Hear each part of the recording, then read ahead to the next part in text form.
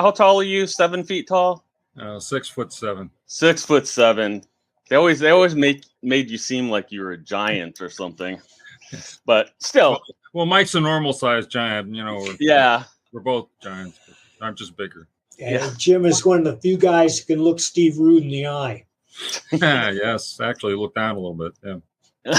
Wow. Anyway, nice. Jim is probably the youngest professional to ever break into major stream comics, selling his first stories to DC when he was 14 years old. 13. 13. I told you. Yeah, you're right. You're right. And how long after that did you join the staff? Well, I sent in the first script trying to get a job, and I got a letter back saying send us another one. So I sent a 2-parter, 2 issues, and then I got a call from the editor, and he said we're going to buy these and publish them, and I want to start using you as a regular writer. And he said your first assignment is Supergirl, 12 pages next Friday. So and from that point on, they kept me busy every minute they could, and I was in high school. I mean, I couldn't spend all day doing it, but I worked my way through high school.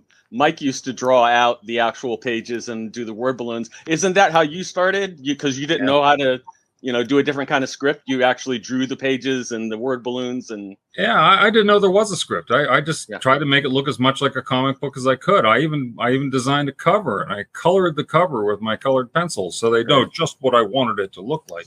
Yeah. And but they liked that. They liked that they used all my covers. Yeah. The artists loved my little layouts because it made their work easier. A lot of writers don't think visually, and so they'll have a guy answering the phone while he's lighting his pipe, and or they'll pick angles that are weird. And every writer and artist that I know loves that method of writing comics. Yeah, Archie used to do that. Archie Goodwin. Yeah, he did that all the time. You can go. I just wanted to hit that because I knew that's the way you started, and now Mike's like, no, I'm not writing any comics like that anymore. Well, no, I'll draw if I have to, but the problem is that you have to train to draw without breaking your back, and I never had a drawing table. I just bend over a horizontal surface, and you spend hours doing that. It messes up your back. But I evolved a script style, which is very terse and direct, and people like it just fine. But if I were to go back to writing comics that way, people would love it. And Jim, did you continue to write comics? How long did you continue to write comics visually by drawing each page out? I did that the entire time I was at DC, so that was about the first 5 years. I did it sporadically after that, but like you, I developed a script approach. My scripts are as thick as a Manhattan directory used to be, and I provide the artist all of the reference because they're not going to look it up, and I describe things fully. I mean, whenever there's a fight scene or something like that, I choreograph the whole thing, and they also, when necessary, even in a full script, I'll do a little scribble if I think that it needs clarification. I'll do a little scribble and just put it right into the Word doc. Are you working on any comics right now? I'm working on comics related now, but no, not regular comics. There's not much opportunity right now with regular comics, and they don't want me anyway. No, of course not. But I do some indie stuff once in a while just for fun. They're usually for free because they don't have any money. And they say, well, would you write a story? Sure. What's your rate?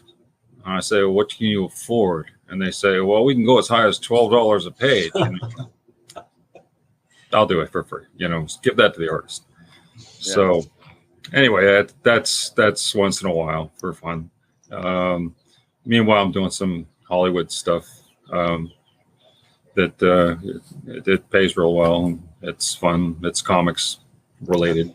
Can you tell us what that is?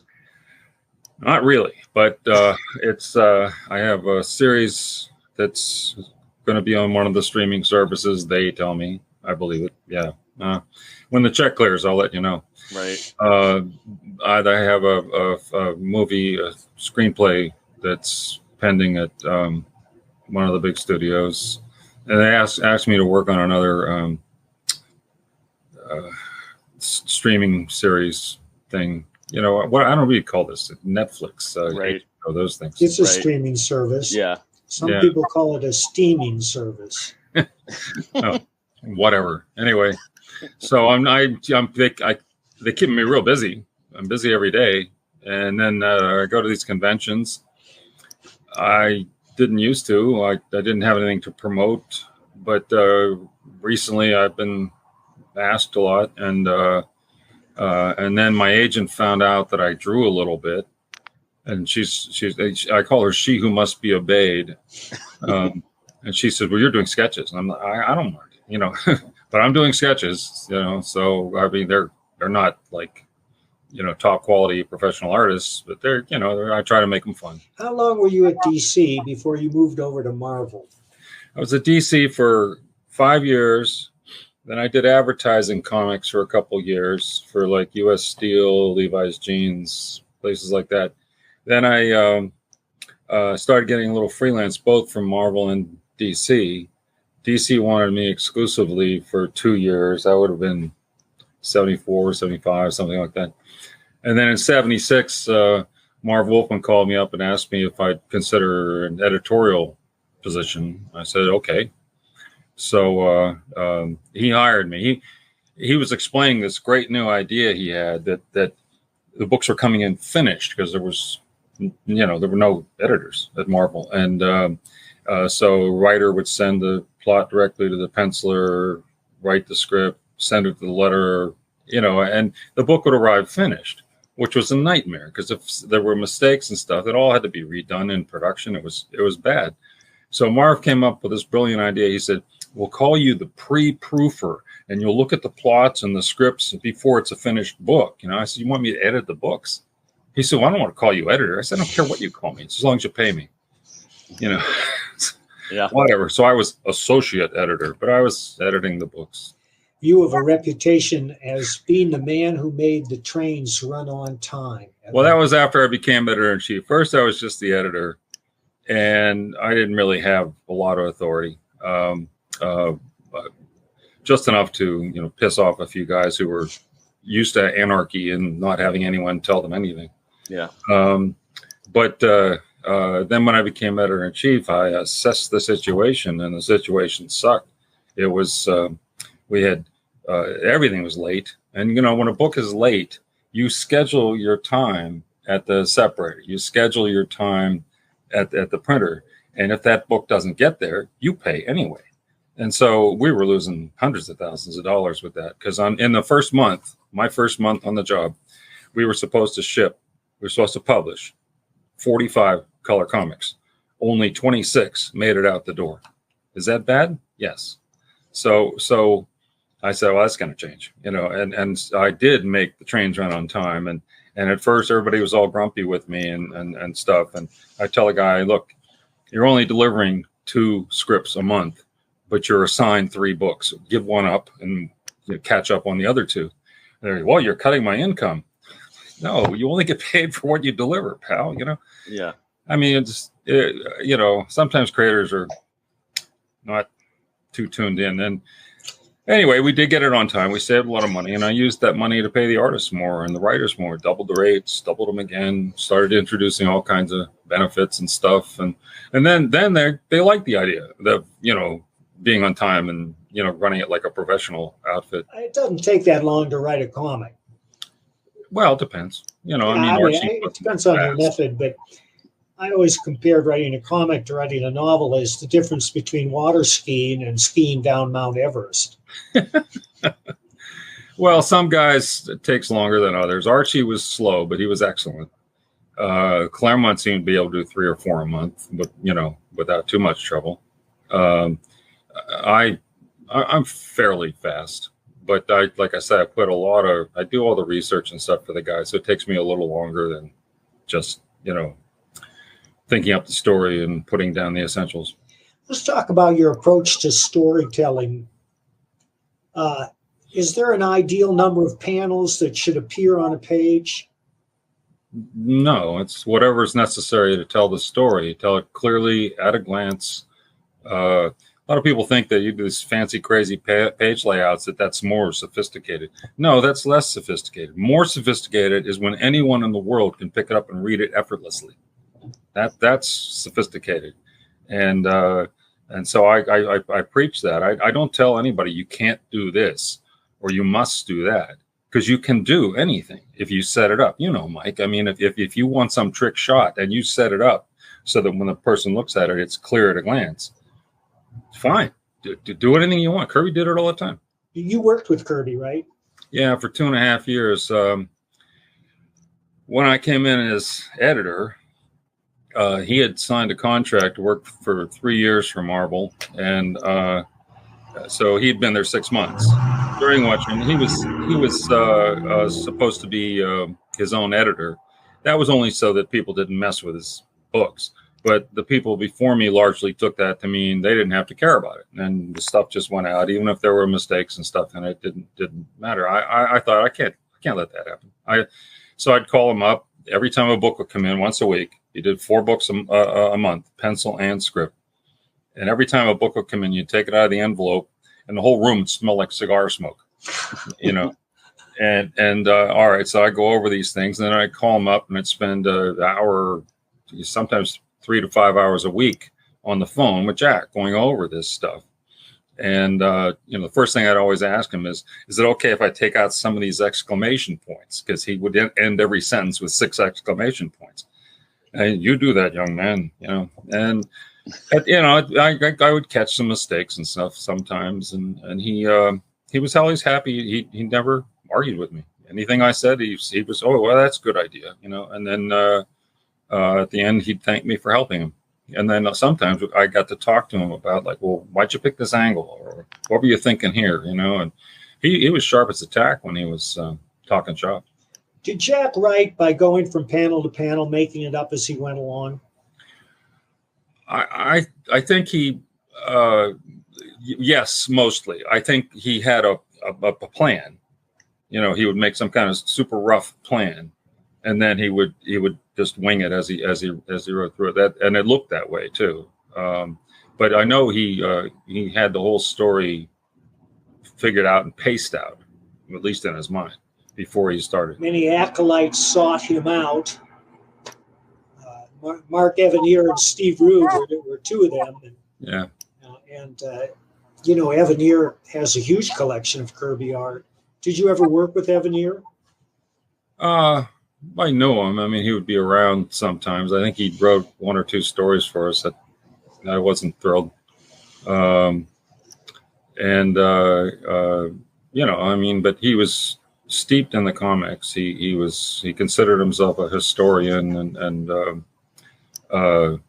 he wrote, I guess, books about it and so forth. I guess he you know, like everybody knew him. I mean, last time I saw him, we were in court. I was an expert witness about copyright, and he was on the other side. Ooh. Who had brought suit against whom? Marv Wolfman was suing Marvel Comics over ownership of Blade. I remember that. And Mark Evanier was his expert witness. And I didn't even want to be involved, you know, but the Marvel lawyers said, all we want you to do is talk about what Marvel's policies were at that time with regards to work for hire. I said, I can do that, you know, so I did. And and the Marvel prevailed. Who were some of the new talents that you brought in? Some of the talents I brought in? Yes. Oh, well, let's see. There was Bill Sienkiewicz and this newfangled John Byrne guy, and Frank Miller, David Mazzucchelli. I don't know, way too many to talk about. There was a lot of you know, colorists and support troops too, but the main ones. Well, I got Simonson back. I got Starlin back. I got Englehart back. Roy got mad at me and quit for a while, but then I got him back. I got David Michelinie. It was at DC. Got him. Yeah. We had some of the other artists, some of the Brits, they'd worked for DC for a while, decide they didn't like it and come to work for us. Yeah, I mean, it was an amazing group of people. And we also developed some, we grew them in a vat. We had this intern named Jim Owsley, high school intern. Interns do little errands and stuff all the time. So he comes in on roller skates, Fortunately, the upstairs people, the executive upstairs, they never came down to our floor because that was the jungle where the weird creatures were, So if any of them had seen that, they probably would have thrown a fit about the insurance. And so far, I didn't care. It's a comic book company, You had artists actually drawing the comics at the Marvel offices during your tenure, didn't you? Not usually. I mean, we had a couple drawing boards that guys could use when they came in, maybe to do a cover if we needed one right away, or sometimes it's a finished last page or something. But mostly people worked at home. The bullpen was largely just production guys and letter corrections guys. We had a staff colorist or two staff colorists. We had let's see, who else?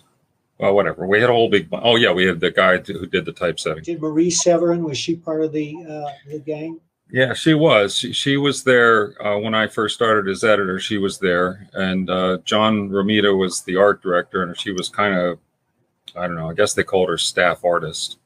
And then when I took over,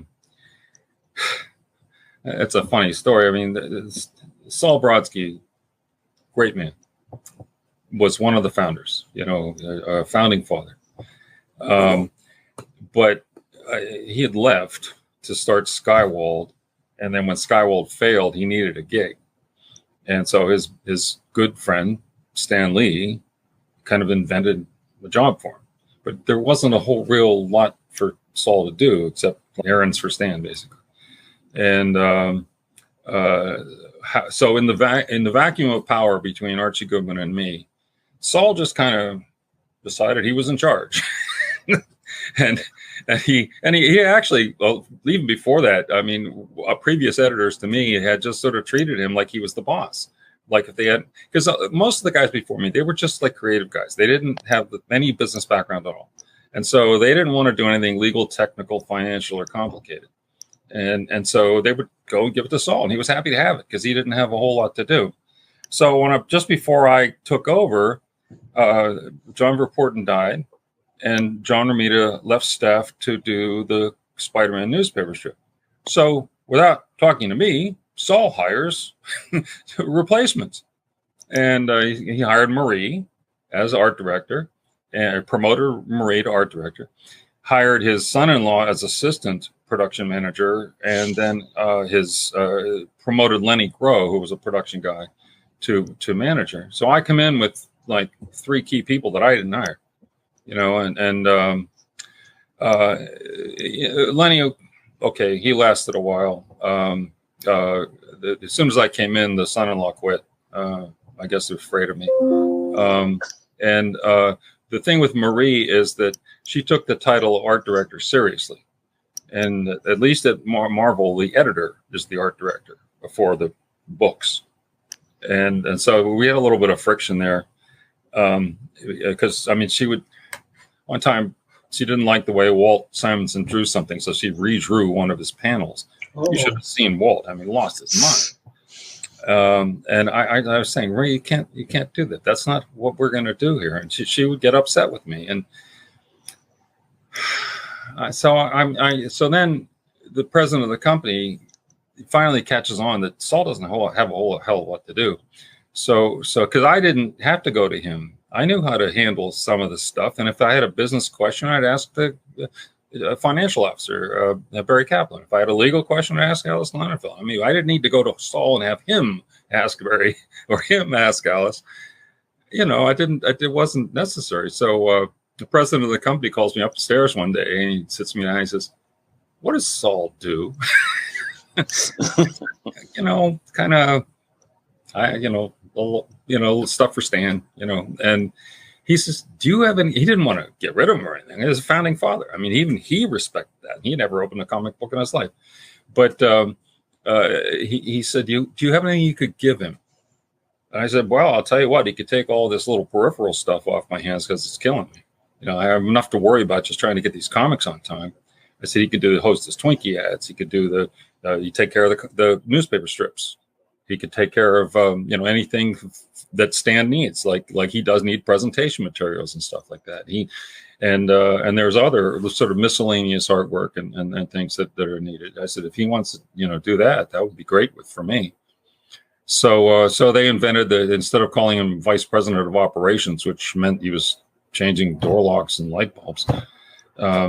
He was special projects or something, vice president of special projects, and he needed an art director.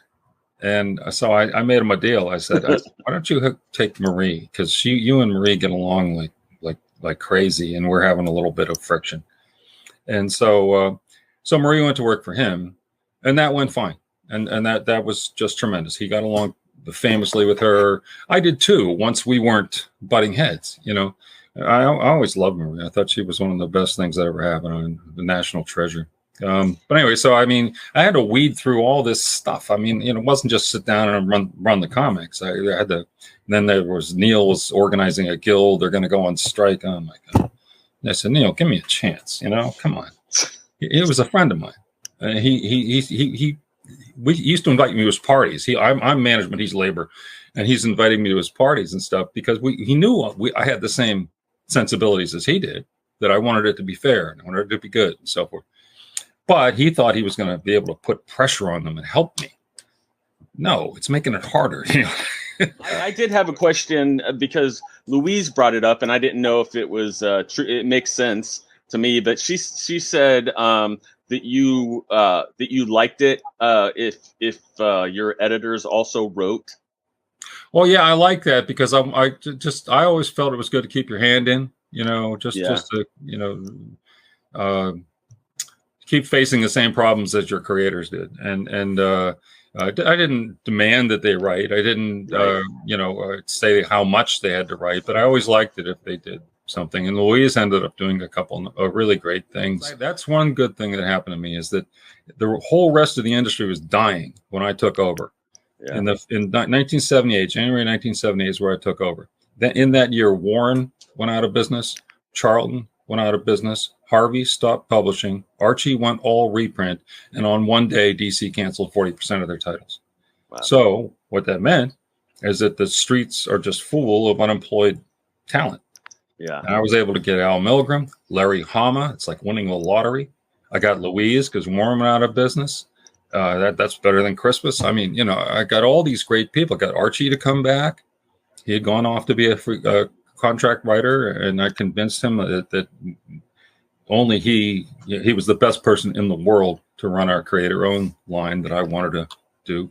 Was that Epic? Yeah. Yeah, he did Epic Illustrated Magazine, and he did the Epic Comics eventually. The first one, I said, hey, I got a great idea, Arch, Epic Comics. And he says, he's out of your mind. He said, I got too much to do already. And then I didn't know what to do. I asked Milgram if he would be interested in doing it. He loved it. Next morning, Goodman comes storming into my office. How dare you give Epic Comics to somebody I do the creator-owned, I said, make up your mind.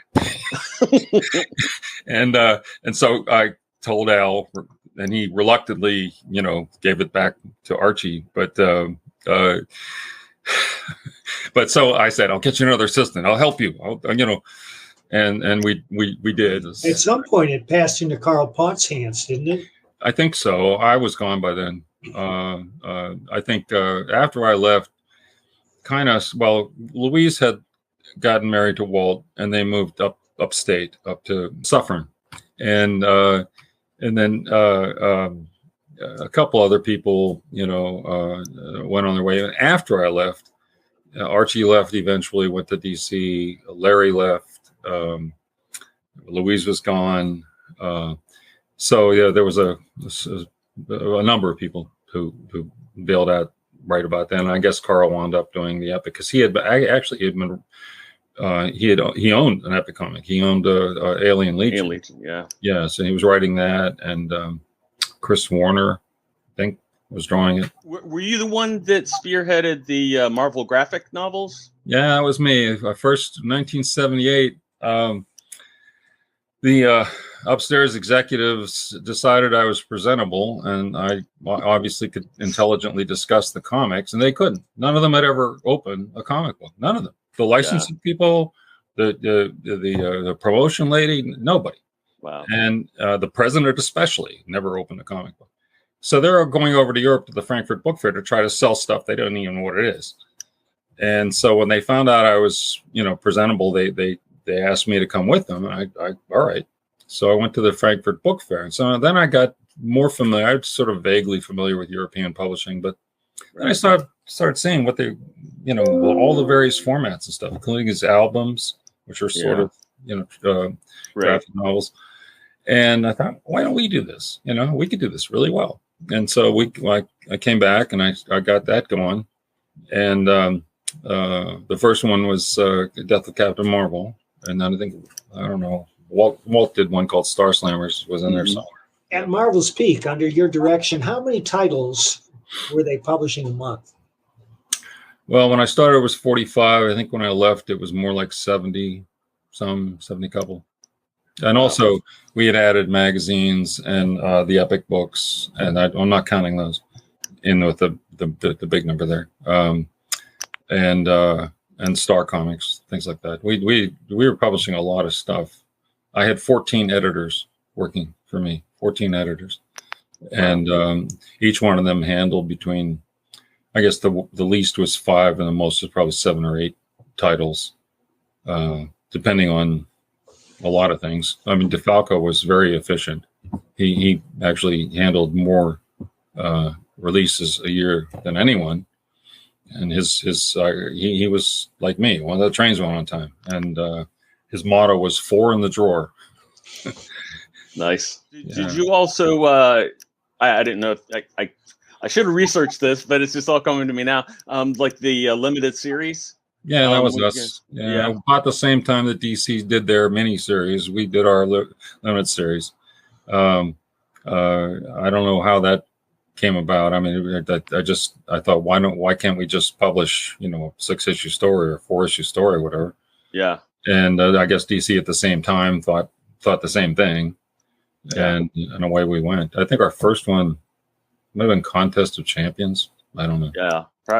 Probably. I bring that up because I know a lot of comic store owners, and they really they kind of missed the days of having the limited series where it had number 1 and this many issues and stuff like that. Because now Marvel and DC will technically run a miniseries, but they don't tell the comic stores how many issues it's going to be, or they present as if it's going to be an ongoing series, and it's just like a nightmare for the comic store owners, and even just the fact of like that they know, and like everybody has to budget their money. It's like, well, if it's only going to be 3 or 4 issues, like you can probably swing that, rather than committing to a whole year of whatever. I don't think that's strategy on their part. I think they don't know when they start something, because I don't what's up with these guys, but it's like if something's a hit, it's a miracle to them, and they don't know if it's going to be a hit or not. They don't know if it's going to be any good. And I mean, my guys that I had, they knew when it was good, right? And if we had a hit, they knew how to make another one. Yeah, and it was. I don't know what these people are thinking right now. I mean, they do stuff that, like I say, it becomes a miniseries because it didn't do well, right? Then it becomes a miniseries becomes a permanent series because it does well. I don't. You were still doing newsstand distribution at that time, right? Yeah. As a matter of fact, it was all newsstand in 1978 when I came in as editor-in-chief. As editor-in-chief, I was copied on the print orders, and so I'm trying to figure them out. And there's the newsstand copies, there's the Whitman copies, there's the military copies, there's a subscription, something else, I don't know. And at the bottom is this little thing called Seagate, and it was 100 books or 150 or something of each issue. You know, I thought, what's Seagate? So I went and I asked the circulation director. He closes the door. You know, like doesn't want anybody to hear. He says he was basically selling comics at the back door to a crony, a guy named Phil Silling, and Phil was distributing them to local comic shops. Okay, he was, you know, acting as the distributor to the local comic shops, because the little comic shops, they couldn't get serviced by the IDs, and they couldn't get the new comics. So Phil had made a little distribution business, and Ed Shukin was the circulation director at that time, and he says, "Look, Jim, it's cost plus. It's a deep discount. It's just to get a little more volume. It's nothing. It means nothing." I thought, well, okay, you know, and he's don't tell anybody. I'm like, well, A, who would I tell, and B, you know, I don't know. So anyway, I did start keeping track of it, and I noticed that those numbers went up every month. All the numbers went up every month. And I also noticed that books that we thought were the best sold the best. The fans had good taste. Right. X-Men, you know, something else is selling 200, 250. X-Men selling 600, you know.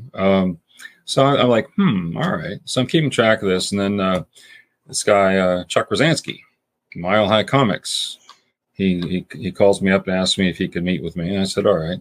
Comes in and he says, I want you to know your second choice. He said, I wanted to see the president of the company. He won't talk to me. I said, there's no way he's ever going to talk to a comic book retailer. You know, yeah. Gene Colan called him once, and the president calls me and says, who's Gene Colan? You know, and I said, he's an artist. He's telling him to stop calling me. He actually one time, this is toward the end of my time there, John Byrne called him to complain about me. And he calls me and says, who's John Byrne? You know, he didn't know. He didn't care. But anyway, so Galton was not interested in talking to anybody at comic retailer. Kidding, you know. So Chuck told me, he asked me if I was aware of the direct market. I was, and he said, well, it's ridiculous because you can't give one guy an exclusive. That's not even legal. You know, you need to publish trade terms. You need to open it up to anybody who can make the minimums. You can, you know, stuff like that. He had an 11-point plan. So I called the president, Jim Galton, and I see we were on the 6th floor. They were on the 9th. The executives were on the 9th floor. And like I said, they didn't come down there. We had to go up there. So I said, you got to talk to this guy. And so we went to his office and we had a meeting with him. And by the time that meeting was over, we had enacted 10 of Chuck's 11 points. Wow. And so it's that was good. And we did open up in trade terms and all that stuff like that. DC was actually going to be first, and then they backed away because they thought it would piss off their newsstand guys. Then we went into it. Then DC said, well, you know, they didn't lose their newsstand, so let's go. So they joined in on the direct market. And the next thing you know, it's booming. And we helped it grow because we were making better books. I had the great editors. They had great talent. We were making better books that helped the direct market, and the rising tide raised all the boats because, you know, it helped DC sell. It enabled a lot of these small publishers to get into business, as you know, Mike. And, you know, and some of them thrived, and some became big publishers like Pacific for a while and First Comics. And of course, then you had all of the, you know, the Cerebus, the ElfQuest, the Distant Soil, Turtles, you know, all that stuff. And it was good for everybody for a while, you know, and everybody was doing really well. At what point did Diamond enter the picture? Well, Diamond was one of the original 18. As soon as we opened the trade terms, as soon as we published trade terms and opened it up to anybody, overnight there were 18 distributors, and Diamond was one of them. And then slowly they engulfed and devoured everything else. And you know, I mean, I don't blame Steve. I mean, basically, it's a monopoly, but it's because of superior acumen. I mean, he outplayed him. Are you aware of Chuck's recent activities at Mile High Comics? Oh yeah, sure. I'm talking about what do you mean? The drag shows? Oh yeah, that's so what? Who cares? I mean, yeah, I actually went to a drag show with him. He wasn't performing. It was around Christmas, and he says to me, "You want to go to a drag show?" And I said, "If you do, sure, okay." So we went, and it turned out to be a charity event for Toys for Tots. It was really kind of funny, all the drag queens and the Marines just all standing there. Right. It was bizarre. Is this in New York? No, it was in Denver. And so I found out that this organization, the local LGBT, whatever, they did a lot of charity work. So does Chuck, and so inevitably they kind of ran into each other, and he just got into it. Chuck's at a stage where it's like where he's just wide open. He'll do anything. He's had a couple of near-death experiences, and he's figuring out swing for the fences. Yeah. And so he does a tremendous amount of charity work. He'll buy 1,000 pairs of gloves and take them around and give them to homeless people in the winter, stuff like that. So apparently he's having fun doing this. Whatever, knock yourself out. At what point did Valiant enter the picture? Well, after Marvel, we were too successful, and so Marvel was owned by a corporation called Cadence Industries. Cadence Industries was publicly traded. The board of directors very evilly, deliberately depressed the price of the stock. They hid income and made it look like everything was going to hell. Why? So they could buy it and take it off the stock market. So they took it private. Originally, there were 7 of them, then they killed one of their own, and it was 6. 6 guys owned Marvel and everything else of Cadence. And so what their plan was to clean up these crummy little failing companies the best they could and sell them off for assets or whatever. They sold Curtis Circulation for receivables for you financial types out there. Yeah. That was just cash out, just get the money. The crown jewel was Marvel, and they had we were really successful, but they carefully kept us as a division as opposed to a subsidiary. Subsidiaries have to report to the SEC separately. Divisions can report as part of the corporation. So they buried all the money we made under corporate expense. And it made it look like Marvel was just barely scratching by. So they were able to depress price the stock, buy it cheap, and then like I said, they've been selling off these little companies and building up a lot of cash, and so finally it was Marvel's turn. And I told the guys, I said, "You're stupid. I mean, we're building you $1 billion business. Right? Let us go. I mean, what? Why are you going to sell now? And they thought they never opened a comic book. They didn't understand the difference between good and bad. They just thought for some miracle we'd started to sell, and they wanted it might be hula hoops, might go away any minute. Right. So you better get out while the getting's good. So they sold it for $46.5 million. $46.5 million. Right. Pitiful. A couple years later, they were the people they sold it to, New World Pictures, which changed its name to New World Entertainment.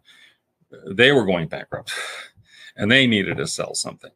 And so what did they have that was worth anything? Marvel.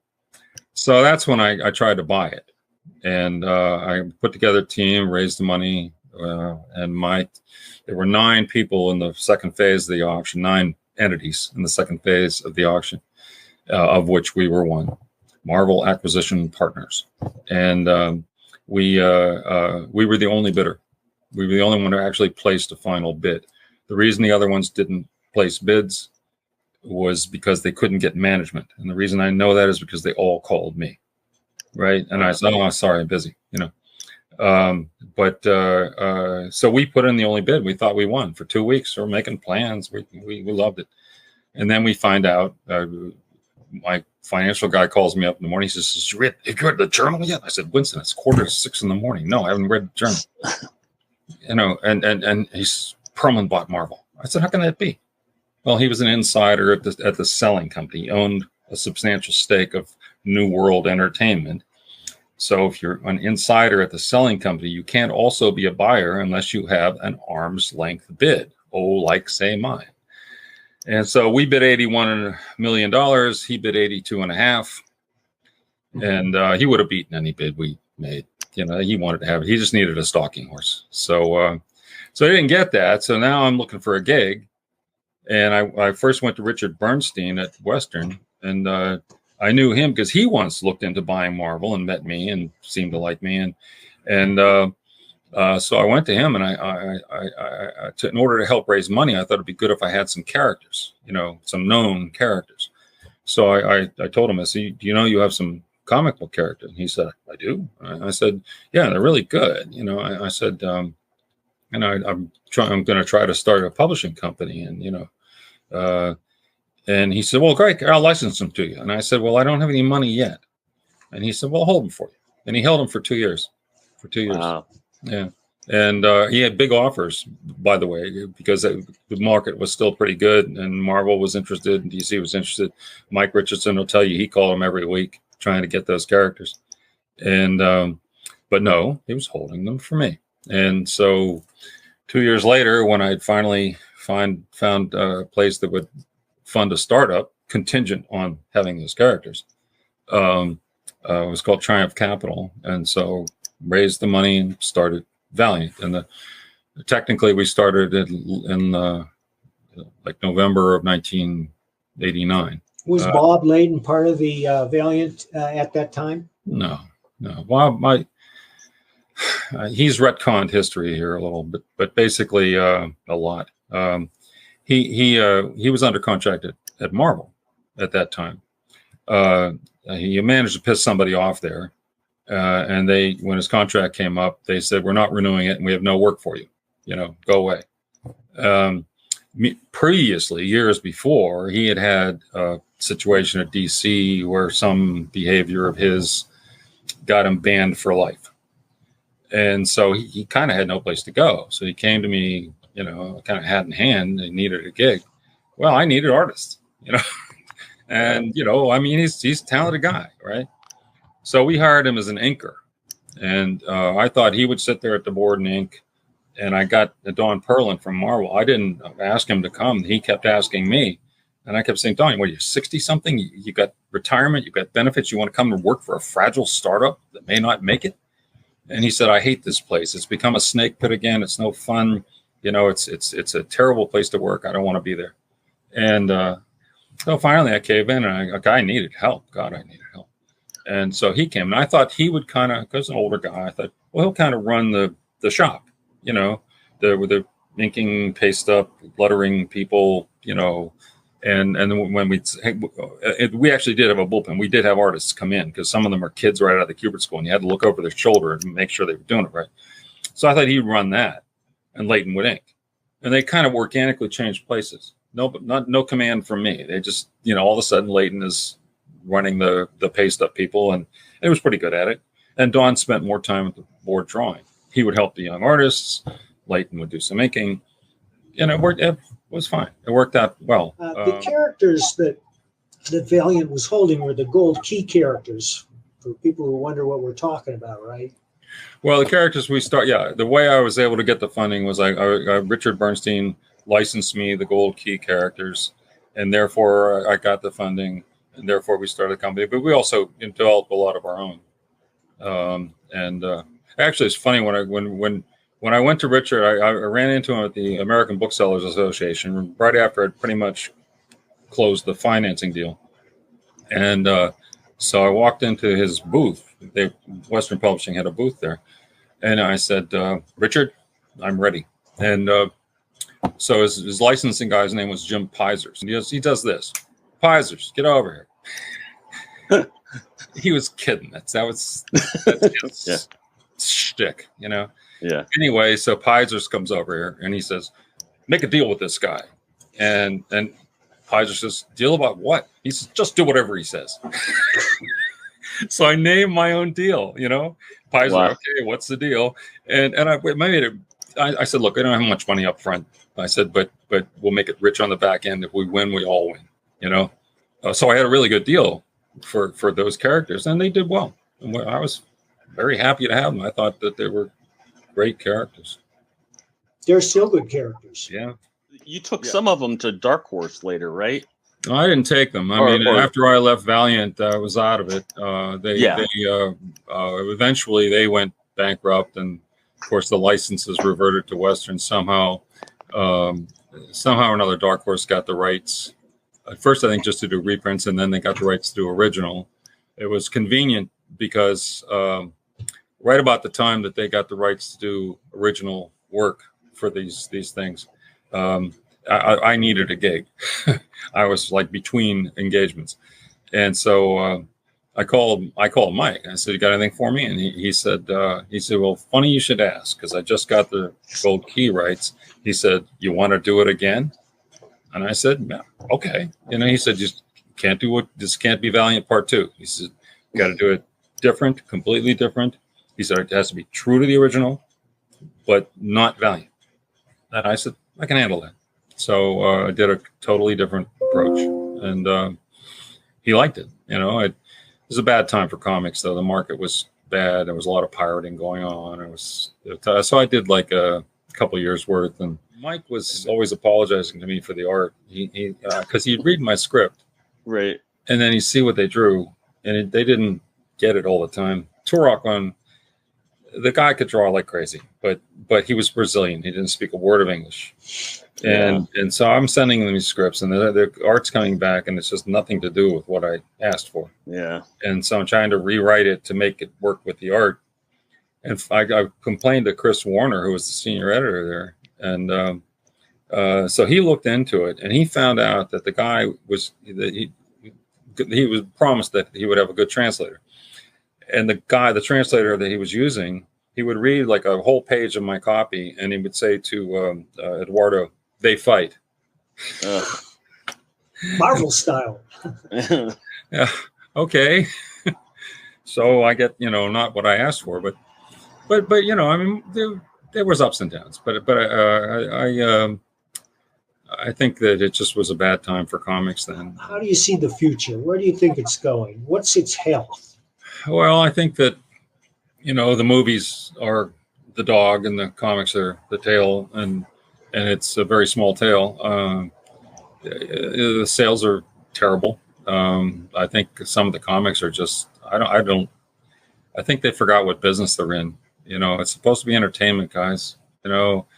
DC is doing like a lot of cheesecake. Marvel's doing a lot of social justice. I don't think there's anything you can't do. I think that's fine if you want to do it, but do it well and make it entertaining. Right. That's job number one. Entertain the customer. Make it entertaining and have the characters talk about their issues, not you. Not if it's the writer talking at you, or if it's a company talking at you, that's propaganda. And no one wants to read propaganda, even if you agree with it. It's boring. Right. So I just think that I don't know what's wrong with these people. If they called me up, I'd help them for free. Why don't they sell comics in movie theater lobbies? That's distribution is a really tough thing. It's the movie theater people don't want to do that. There is no existing distribution of them. The distribution that you might get would be the ID wholesaler distribution, and that's corrupt beyond imagining. It's it's the same reason. Why don't they sell wrestling books in the venues? Why didn't they sell our Nintendo comics in the toy stores with the games? Because they're not going to waste a square foot of retail. Yeah. On a comic book, and nobody, it's not as easy as people think. It's really. I know it seems obvious to us, and incidentally, movie theater lobbies have stood largely empty for the last 3 years. So it's not like they're using up every square foot of space. No, you are correct. And then if some entrepreneur, decided to put together a program to distribute to those people, fine. But you have to build it from scratch. If there's nothing existing, you can just plug in. You seem like you roll with the punches pretty well. I don't know if that was kind of your personality anyways, or if it's something you learned just coming in young. But it seemed like whenever you had a great idea, and if it was shot down, you're like, okay, whatever, next thing. And you seem like you kind of just move on. Is that? Yeah. Well, I mean, I was just trying to do the best I could. Like I said, when I came in, there was do or die because the industry was dying, and so I just thought, well, what can I do? thought of everything I could possibly do to try to make it better, to get better creators, to pay them more money, to royalties, all that stuff like that. Yeah. And I didn't have any opposition. The president of the company, I reported to the president. I was a vice president. I reported to the president. Yeah. And he didn't care what I did, as long as I was making my numbers, and my deal with him. He actually thought, he told me, he says, "You're here to preside over the death of Marvel Comics." He said, "Because this is a loser business and I'm getting us out of it into animation and children's books." Yeah. And I said, "You're so wrong." I said, this can be big and we can make it big. I said, "We're going to be bigger than Disney." And he's, "Oh, baloney," and he said, basically, "Well, do whatever you want. Just, just try not to lose money." I further made the deal that if I save money or if I beat my projections, I could plow that back in. He didn't think either of those things were going to happen. He didn't think it was possible. Right. So he didn't.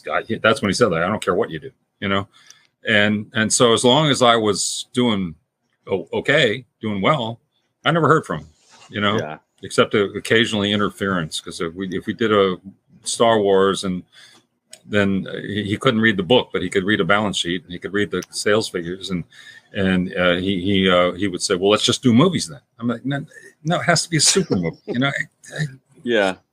So I got some bad movies stuffed down my throat, but I successfully pushed away quite a few.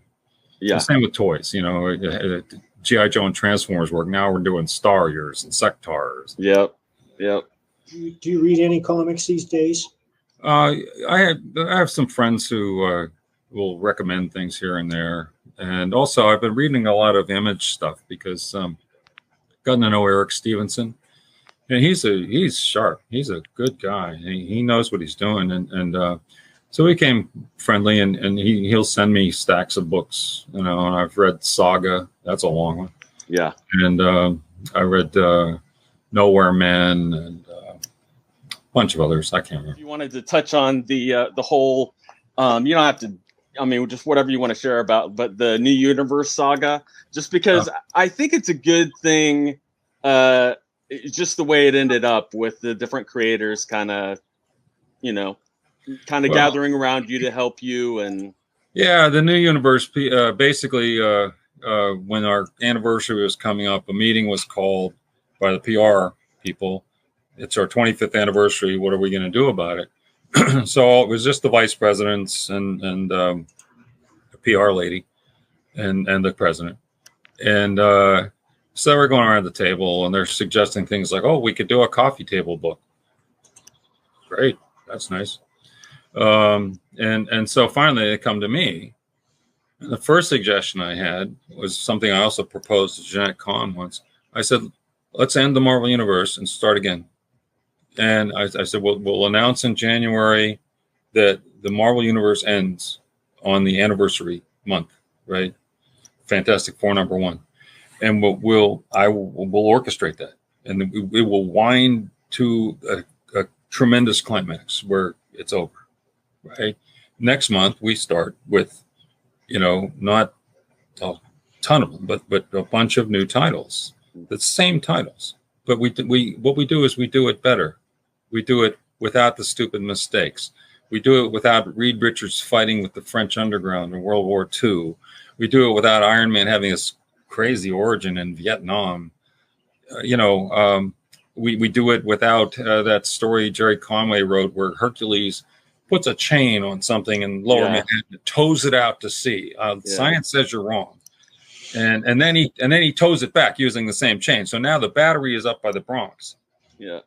Get rid of the Bronx is up and the battery's down. Everybody knows that. Yeah. Get rid of the Spider-Mobile. Get rid of all that dumb stuff. And then do it well. Mm-hmm. And so that was shot down like crazy. Like the salespeople are, "You out of your mind? We're 70% of the market. If it ain't broke, don't fix it. You crazy?" And I said, "All right, fine. Plan B." I said, "To celebrate the birth of a universe, let's start another one." And they like that. And so I walked out of there with a big budget. $250,000 for development, guaranteed royalties, marketing, blah, blah, blah, blah, blah. About a week later, the 6 guys who owned Cadence, Marvel, decided they're going to sell. And so the president calls me in his office and he says, you know that budget we gave you? And I said, yeah. He said, how much have you spent? That's a couple thousand. And he said, don't spend another penny. He said, I don't want to spend a nickel on this thing. And I said, you mean you don't want us to do it? He said, no, you just have to do it on staff, do it on the cheap. So if you look at the credits for the New Universe books, it's me, it's Archie Goodwin, who was a champion and saved my life. Yeah. And it's a bunch of assistant editors. And the artists are not big names. They're guys who couldn't get any other work that week because I couldn't guarantee royalties. Why would Walt leave something that's doing really well and take a chance on something new that may not work unless you can guarantee he's not going to lose any income? A couple of those artists, by the way, grew up to be stars, like Will Sportaccio, right, Sierra. But at the time, they were new kids, and so we were dead on the ground before it even started, and everything was behind schedule and it had to be done in a hurry, and it was sad. And the only good book was the one you were referring to, Starbrand. I was going to write Starbrand, and JR volunteered to pencil it. I said, "You're crazy. This is bound to fail." Yeah, I said, "You're on good stuff now. Stay there." He said, "No, I want to draw your book." Okay, you're crazy. That day, Al Williamson calls me up. He says, "Hey, I hear JR is doing your book." He says, "I want to ink it." I said, "You guys are out of your minds." But they helped me. They did it. Yeah. And that was great. And there were a lot of good things about it. Archie Goodwin did a lot of the creation on those books, and some of them were excellent concepts. Yeah. And at least on Starbrand, we had really pretty good art. Yeah. And I did the best I could. And so there were good things about it, and there were little highlight moments in it. But it was not likely to go anywhere. It was dead on the ground as far as I was concerned when it was stillborn. Jim has a lot of scripts and different things on his site. And as he said, you can read, you can download some of the PDFs and things, which I do recommend people check out because he has a lot of examples. It's jimshooter.com. It's my old blog. I haven't worked on it for years, but all this stuff is still there. Decent amount of stuff for people to see. To check it. Some of it's fun stuff, Yeah. Is there anywhere that you like people to stalk you online? I really don't do much social media stuff. I mean, that's why you're a happy person. I guess so. I just, I'm lucky I can do email. Yeah. So is Mike. I knew there was a reason we got along. Thank you for being on. My pleasure. Anytime, guys. We're very happy to have you. Thank you.